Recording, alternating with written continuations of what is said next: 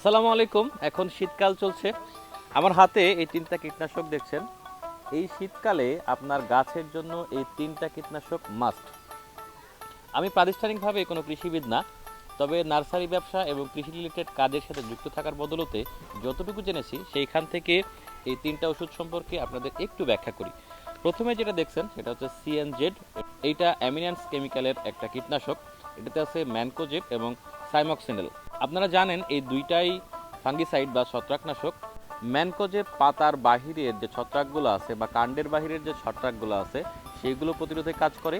আর সাইমক্সালিন পাতার ভেতরে এবং কাণ্ডের ভিতরে প্রবেশ করে ভিতরের যে ছত্রাকগুলো থাকে সেইগুলো দমনে কাজ করে। যখন আপনার গাছে ছত্রাক দেখা দিবে তখনও স্প্রে করতে পারেন। আবার যদি ছত্রাক দেখা নাও দেয়, আপনি আগে ভাগে স্প্রে করলেও এটাতে কোনো ক্ষতি করবে না। এইটা পেট্রোকেম বাংলাদেশের নাইস। এতে এসিটাপ্রিমিড থাকে।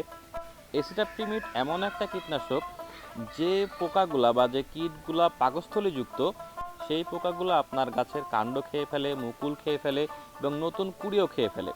তো এই পোকাগুলো দমনের জন্য আপনি এই কীটনাশকটা স্প্রে করতে পারেন। এটা খুব ভালো কাজ করে এবং এটা খুব অল্প পরিমাণে দিতে হয়। ১ লিটার পানিতে 1/2 গ্রাম করে এটা আপনি দিতে পারেন। আর আরেকটা যেটা আছে এটাও এমিনান্স কেমিক্যালের হোপিং। এটাতে আছে এমামেকটিন বেনজয়েড। এমামেকটিন বেনজয়েড ২ রকম পোকা প্রতিরোধে কাজ করে। অনেক সময় দেখা যায় গাছের কাণ্ডের ভিতরে পোকা চলে গিয়ে কাণ্ডগুলো আস্তে আস্তে খেতে থাকে। এমামেকটিন বেনজয়েড সেই ভিতরে গিয়ে এই পোকাগুলো দমন করে। আপনারা বলতে পারেন নাইজ এবং হোপিং এর কাজ একই, কিন্তু কাজ এক হলেও অল্প একটু কম বেশি আছে। কারণ হোপিং একটু খুবই কড়া ওষুধ। আপনি পরাগায়নকৃত গাছে, মানে যেই গাছে মুকুল আছে, ফুল আছে, সেই গাছে এগুলো স্প্রে করতে পারবেন না, কারণ এগুলো স্প্রে করলে আপনার মুকুলের পরাগায়ন ব্যাহত হতে পারে।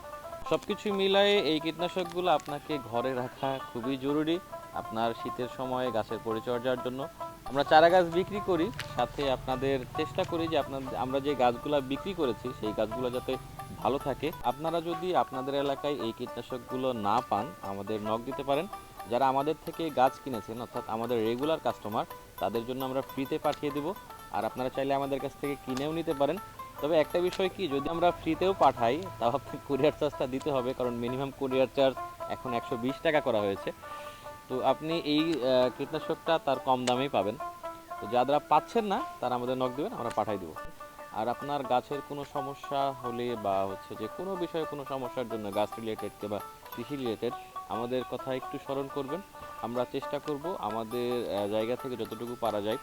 আর আমরা যদি সেটা সমাধান করতে নাও পারি, তাহলে আমরা কৃষিবিদদের সাথে কথা বলে এই সমস্যাটা সমাধান করে দেবো।